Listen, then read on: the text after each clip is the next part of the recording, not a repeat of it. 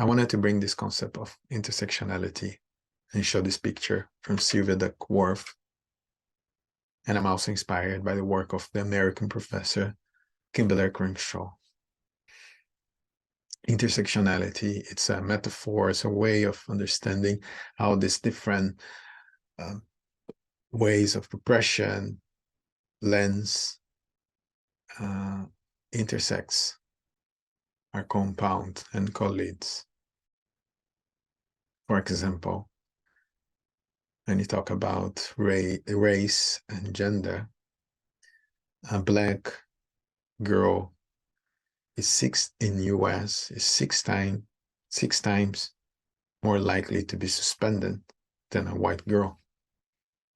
So I encourage you also in schools and organizations, the projects that you're doing, to think how these different aspects of your identity, that race, ethnicity, gender, and many more shapes our way of perceiving our world and interact with them, how they are connected, how they collide, and how they perpetuate inequality and discrimination. So think with in your surrounding, that your specific case, how this plays. And it's important to take action by understanding that, educate ourselves and holding spaces to further look into these different lens they are colliding. So for example, there are many schools that are bringing the topic of intersectionality and this lens of identity that also has been used in the dominant system that we have now for oppression and discrimination. So they are changing their curricula. They are adding this concept to further look and address inequality. Moving on, and also dive in our experiences of discrimination and privilege. This picture, the wheel of power and privilege, help us to understand and actually to acknowledge the positions that we take, sometimes without knowing, without the awareness in these systems.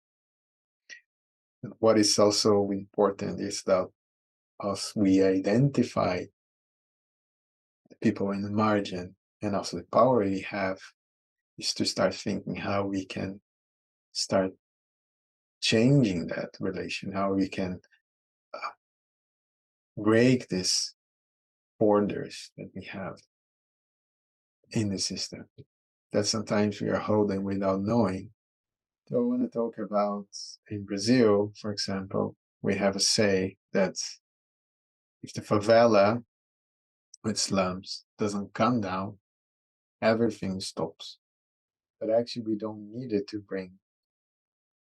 we don't need it to make the people from favela to stop come for the system stop working. We need relationships that's with equity and liberation towards people in the favelas. We needed to build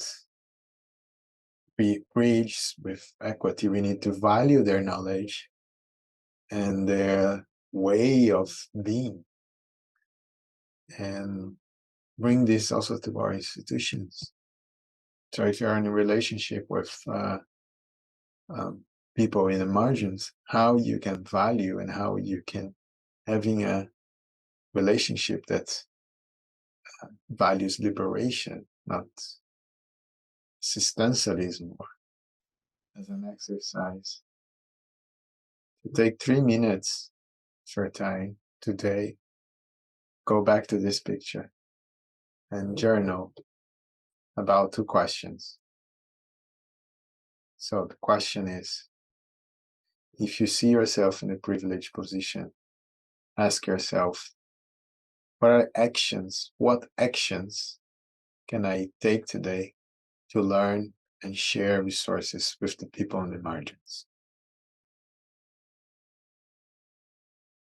And when you see yourself in the margins, you can also ask yourself, how can I organize my community to gain more voice and value or knowledge and culture